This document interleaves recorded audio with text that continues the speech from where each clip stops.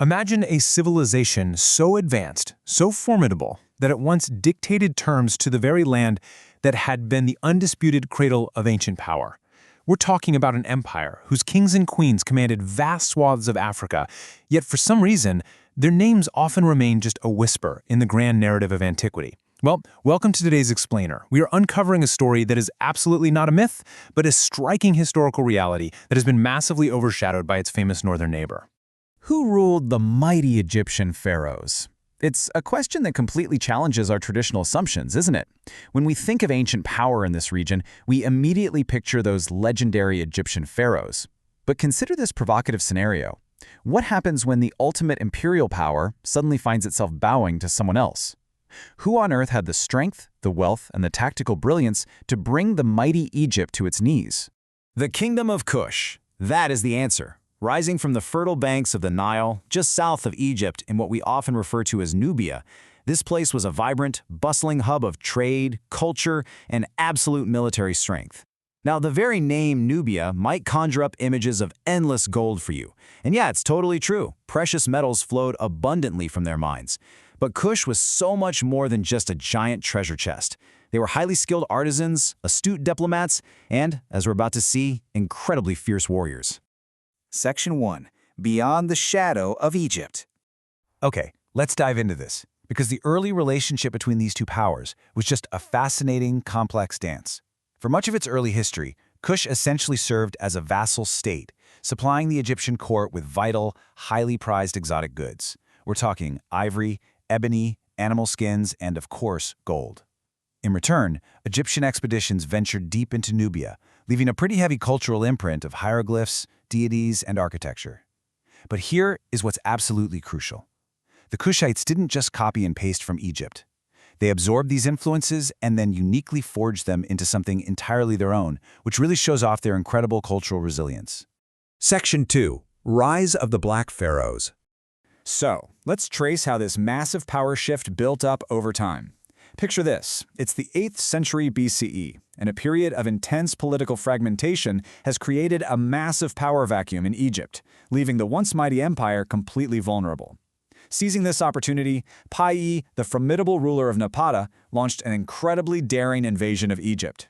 Driven by his own ambition and a perceived almost divine duty to restore order, his triumphant military campaign ushered in the dawn of the 25th dynasty by the late 8th century BCE. I come not as an invader, but as a liberator, to restore order and the divine right to rule. This quote brilliantly illustrates exactly how savvy the Kushites really were. You see, Pa didn't just win with swords, he won the propaganda war. He meticulously documented his victories on a grand stela, which is basically a monumental stone slab inscription discovered in the ruins of Napata. He masterfully framed his military campaign not as some hostile foreign invasion, but as a righteous, totally justified liberation. He positioned himself as the true restorer of traditional Egyptian values, religious order, and the divine right to rule. It was literally absolute strategic brilliance. So this wasn't just a brief, chaotic military occupation. It was a bona fide golden age.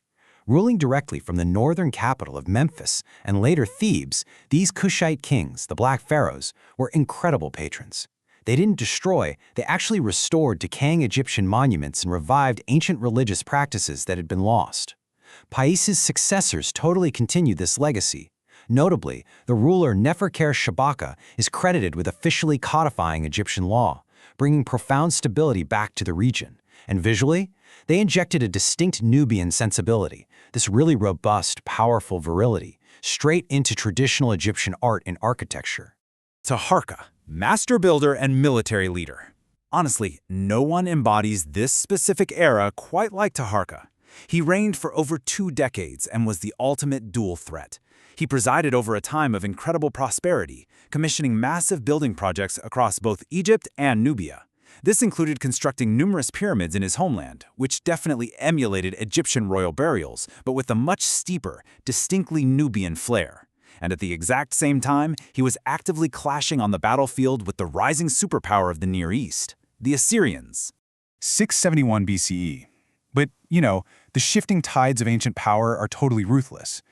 Keep this exact date in mind. The Assyrian Empire, driven by its own massive imperial ambitions, launched a completely devastating counteroffensive into Egypt. This overwhelming invasion essentially forced the Kushite pharaohs to pack up and retreat south, right back to their ancestral homeland. The 25th dynasty's incredible rule over Egypt was violently brought to an end. Section 3, Reinvention in Meroe. Now, what's really interesting about this slide is that this painful defeat in Egypt absolutely wasn't the end of their story. It was actually the catalyst for an incredible, vibrant new reinvention. Shifting their capital further south to the strategically located city of Meroe, the Kushites sparked the Meroitic period, which was a centuries-long era of remarkable independence. They developed their own written script, the Meroitic alphabet. They capitalized heavily on local ore deposits to create a booming, highly lucrative iron industry, producing weapons and tools that made them a massive, heavy-hitting player in regional trade. They continued building their signature steep pyramids, and perhaps most fascinatingly, they fostered a uniquely cosmopolitan society. We're talking trade with Greece, Rome, and even India, all while being guided by incredibly powerful female rulers. Let's look at this definition of the Kandake, a powerful queen of the Kushite Empire who held immense authority, participating in state affairs and often leading armies into battle. I really want you to take away the significance of this definition. Kushite society had very strong matrilineal aspects, and the Kandake, she was definitely not just some ceremonial figurehead. She held immense commanding authority. These queens actively participated in top-level state diplomacy and were widely known to fiercely lead their armies directly into battle. They actually famously faced off against the Roman Empire. Yes, those Romans. No way, right? But it's true. But of course, even the most resilient empires eventually face the setting sun. The decline of Meroe wasn't a sudden dramatic collapse, but rather a slow, multi-factor decline. Step 1, it started with the gradual exhaustion of the very iron resources that had built up their wealth in the first place. Step 2, this was heavily compounded by the rise of competing new trading powers that simply bypassed their established routes.